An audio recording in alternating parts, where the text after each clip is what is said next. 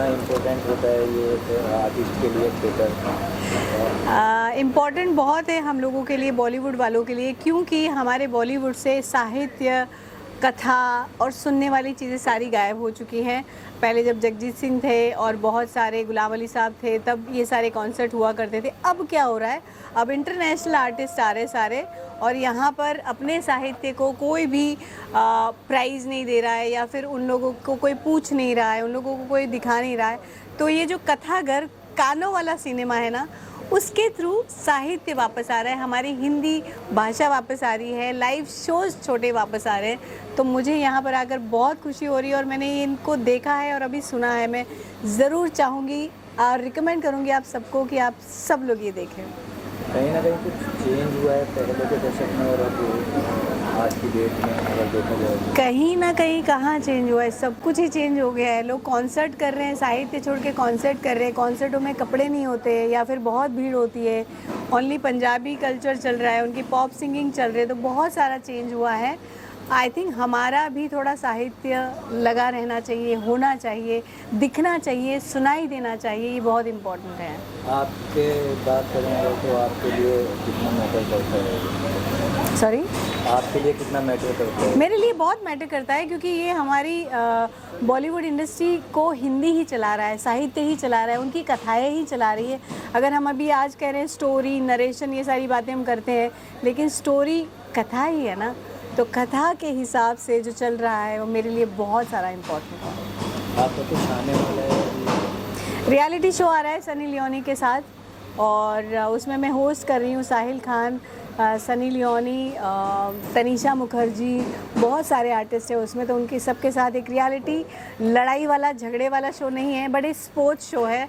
So I think आप लोगों को देखकर अच्छा लगेगा, जिसकी रिलीज़ नेक्स्ट मंथ है। म्यूज़िक की बात करें तो आपने काफ़ी पब्लिक दिलों पर राज किया म्यूज़िक के जरिए, तो कुछ ऐसा म्यूज़िक हो रहा है? बस अभी नेक्स्ट मंथ म्यूज़िक भी आ रहा है, बहुत अच्छा डांसिंग वीडियो आ रहा है जो कि अरेबिक में है, और लोगों को अरेबिक बहुत पसंद आती है। तो आई थिंक मैं बहुत अच्छा म्यूज़िक लेकर भी आ रही हूँ, तो इन्जॉय कीजिए। Thank you, thank you. पूरे हैं, हमारे दोस्त हैं, एक्टर हैं, और इन्होंने आई जैसी मूवीज़ में काम किया और हमने साथ में गाना किया था, अल्लाह दी नवाज़। और गाने से पहले ये मेरे दोस्त हैं और मेरी हर खुशी और गम में शामिल रहते हैं। सबसे पहली बात है कि रमज़ान मुबारक सबको, और बहुत ही अच्छा महीने में, बहुत ही पाक महीने में भाई का एक नया प्लेटफॉर्म आ रहा है, वो है कानों वाला सिनेमा, कथाघर। नाम भी बहुत अच्छा है, कथाघर, और समथिंग न्यू कॉन्सेप्ट है ऑडियंस के लिए। और शादाब जो मेरा भाई है ये बहुत ही टैलेंटेड है, बहुत ही मेहनती बंदा है, और हर चीज़ के जो करना चाहता है उसके पीछे दिल से लग जाता है। और मैं इसकी मेहनत देख रहा हूँ, हमेशा बहुत टाइम से बात हो रही है इस प्रोजेक्ट के बारे में, और आज इसका ओपनिंग है, लॉन्च है। तो तहे दिल से बहुत बहुत मुबारकबाद देना चाहता हूँ शादाब भाई को, और ऐसे ही अच्छा काम करते रहो। और सबसे अच्छी बात है कि नए टैलेंट्स को और नए कलाकारों को मौका देते हैं प्रोजेक्ट्स में, और उसके लिए भी बहुत बहुत मतलब मुबारकबाद ही बोलूँगा। एंड यस, यही बोलूँगा, congratulations brother, thank you so much for inviting me. बहुत अच्छा लगा आके, and I wish you all the best. Thank you brother. Ramzan में बर्थडे आया तुम्हारा, 1 का 70, भी 70 बार केक काटना पड़ेगा। हम 80-90 बार भी काट लेंगे। बस बस बस। बहन किसकी है ये? आजाद भाई। यार भाई, बर्थडे गिफ्ट मिल रहा है, अर्चना जी को कानों वाला सिनेमा आज लॉन्च हो रहा है, तो क्या कहना चाहेंगे शादाब भाई को? देखो, शादाब मेरा छोटा भाई है और मैं मिला भी था शायद इसकी बर्थडे में ना। हाँ, बर्थडे में। अरे रे रे, आज से कई साल हो गए। उसके पहले ये दोनों जब बर्थडे मना रहे थे तभी मिला था। आज देखो, आज भी वही दिन है। माशाल्लाह, बड़ी मेहनत की है दोनों ने अपनी ज़िंदगी में। शादाब ने बड़ी मेहनत की है और मेहनत करके यहाँ पहुँचा है। कथाघर एक हार्ड वर्क, पैशन और डिग्निटी का कॉम्बिनेशन है, जो किसी के आगे झुके बिना अपना एक एम्पायर इसने खड़ा किया है, छोटा सा। ये बहुत आगे जाने वाला है। ये एक ऐसी सोच रखता है जो एक फिल्म मेकर, एक सिनेमा और बॉलीवुड के लिए बहुत ज़रूरी है आज की डेट में। और मैं बहुत प्राउड करता हूँ कि मेरा छोटा भाई है। Thank you. और आज इसने जो किया है मुझे बहुत अच्छा लग रहा है। बड़े बड़े धुरंधर वो नहीं कर पाए जो इसने कर दिया, और ये चीज़ आगे जाके लोग देखने से ज़्यादा सुनना पसंद करेंगे, क्योंकि देखते ही सामने वाले का चेहरा दिख जाता है। और कहीं ना कहीं आवाज़ में तुम्हें चेहरा ना दिखे ना, तो तुम अपना चेहरा इमेजिन कर सकते हो बिल्कुल बिल्कुल, अपनी खुद की कि दुनिया जो बना तुम्हें पसंद है उसका चेहरा इमेजिन करके उसकी आवाज़ बना के उसको सुनते रहो, अपना काम भी करते रहो, जो चीज़ करनी है वो भी करते रहो, उसको सुनते रहो। और कहानियों से तुम्हें मिलता क्या है? सबक ही मिलता है। बेशक। सबक लेते रहो, मज़े करते रहो और कथाघर को आगे बढ़ाते रहो। शादाब भाई क्या कहना चाहेंगे? एजाज भाई हमारे बड़े भाई हैं, जैसा कि इन्होंने बोले कि हमें बर्थडे में ही मुलाकात हुई थी। ये बॉम्बे में ऐसे पहले शख्स हैं कि मैं आधी रात को जिनके घर पे जा सकता हूँ, जब भी मुझे प्रॉब्लम होती है। मुझे घर भी देते हैं, पैसे भी देते हैं, दोस्ती भी देते हैं, साथ साथ में काम भी कम ज़्यादा रहता है, वो बताते रहते हैं। तो मैं यही कहना चाहता हूँ, ये बहुत दिलेर आदमी है, बहुत बेहतरीन आदमी है, और जो भी इनको समझेगा वो कभी इनको छोड़ के नहीं जाएगा। ये इनकी खासियत है बहुत कमाल की, और हमेशा के लिए ये एक नंबर। भाई तो भूल गए लेकिन अपने को याद है एक नंबर। एक नंबर। अभी क्या है, लोगों ने एक नंबर चुरा के गाने बना लिए, कपड़े बेच दिए, दुकानें बेच दी, उस पर कॉफ़ी बना दी, लेकिन एक नंबर सबको मालूम है कि एक नंबर बोला कौन और कहाँ बोला। एक नंबर मानस। सो दुनिया में कोई चीज़ रहती नहीं है, इज्जतें दौलतें शोहरतें कुछ भी रहता नहीं। इज्जतें दौलतें शोहरतें कुछ भी रहता नहीं।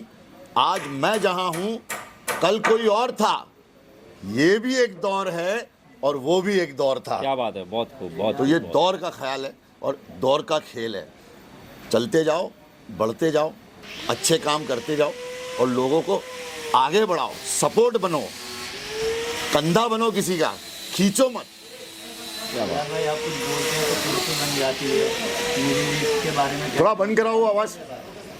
मिडिल ईस्ट के बारे में क्या कहना चाहेंगे? रमज़ान का पाक महीना चल रहा है और पूरा गल्फ कंट्री इस टाइम पे वॉर में है, उसके बारे में क्या कहना, कुछ आपका पॉइंट ऑफ? देखो, मेरा इसमें नज़रिया बड़ा अलग है। मैं इसमें मानता हूँ कि हिंदुस्तान के मुसलमानों को ऐसा लगता है कि हम पे जुल्म हो रहा है, पर ऐसा है नहीं। ईरान के मुसलमानों को ऐसा लगता है हम पे जुल्म हो रहा है, पर ऐसा है नहीं। कोई जुल्म हम पे नहीं कर रहा है, हम पे अल्लाह का कहर बरस रहा है। जब पूरी दुनिया कायनात अल्लाह चलाते हैं तो कोई हम पे जुल्म कैसे कर सकता है? ये अल्लाह का कहर है, क्योंकि मुसलमान ज़कात फितरा टाइम पे नहीं दे रहे, जो दे रहे वो पूरा नहीं दे रहे। अगर ये ज़कात फितरा दे दिया मुसलमानों ने टाइम पे, तो हम देश को हर साल हजारों करोड़ की मदद कर सकते हैं। यूनिवर्सिटी हो सकती है हमारे अस्पताल हो सकते हैं, जहाँ पे हिंदू मुस्लिम सिख ईसाई फ्री में पढ़ सकते हैं, जिनका इलाज हो सकता है। पर मुसलमान ये कर नहीं रहे। एक गरीब मुसलमान जो गरीबी रह जाता है, ये क्यों नबी ने कहा था ज़कात फितरा देना 2.5%, ताकि जो मजलूम मुसलमान है, जो नीचे तबके के मुसलमान है, उनकी मदद हो जाए। उसमें सिर्फ मुसलमान नहीं, हिंदू मुस्लिम सिख ईसाई सबकी मदद हो जाए। देश में कितना भला हो, लेकिन मुसलमान ये कर नहीं रहे। दूसरी बात, अरब लोग सो रहे थे, तो फिर ये अल्लाह ने ही जगाया ना उनको। सब सो रहे थे ना अरब, पलिस्तान पे जुल्म हो रहा है, वहाँ के बच्चों को शहीद किया जा रहा है। 56 इस्लामिक कंट्री सो रही है, तो ये अल्लाह का कहर है। और आप देख लीजिए, रेड हाइफर पता है आपको? रेड हाइफर एक ऐसी गाय है जिसका जेरूसलम में सैक्रिफाइस किया जाता है, और वो कब होता है? जब ब्लड मून दिखता है, तब वो लोग करते हैं। 5 टेक्सास से इजराइल ने रेड हाइफर मंगाई, उसमें से एक का सैक्रिफाइस किया और बोले नहीं नहीं हमने नहीं किया है। उसके बाद क्या हुआ? ईरान पे हमला हुआ, अभी मस्जिद अक्सा पे हमला होगा, और मस्जिद अक्सा जब शहीद होगी तो नाम किसका आएगा? ईरान का आएगा कि इनकी मिसाइल गिर गई। लेकिन वो गिराएगा कौन? इजराइल और अमेरिका।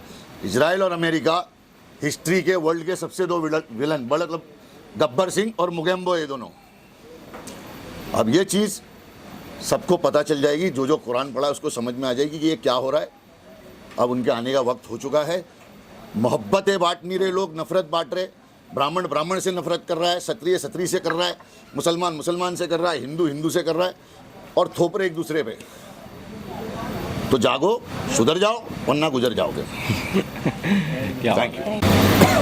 इस प्रोग्राम के बारे में इस प्रोग्राम के बारे में मैं बड़ा खुश हूँ। कथाघर लॉन्च हो रहा है। इसे हम कहते हैं कानों वाला सिनेमा। सिनेमा तो बहुत सारे देखे होंगे, आंखों से देखते हैं, पूरी स्टोरी सुनते हैं, लेकिन ये कानों वाला सिनेमा है। इसमें हम पूरी स्टोरी कानों से सुनते हैं, जिसमें पूरा फील है, जो अलग अलग कहानियाँ हैं, रहस्य है और हर तरह की स्टोरी है इसमें। रोमांटिक से लेके हिस्टोरिकल, ड्रामा, थ्रिलर। और बड़ी अच्छी बात है कि इस तरह की शुरुआत की जा रही है।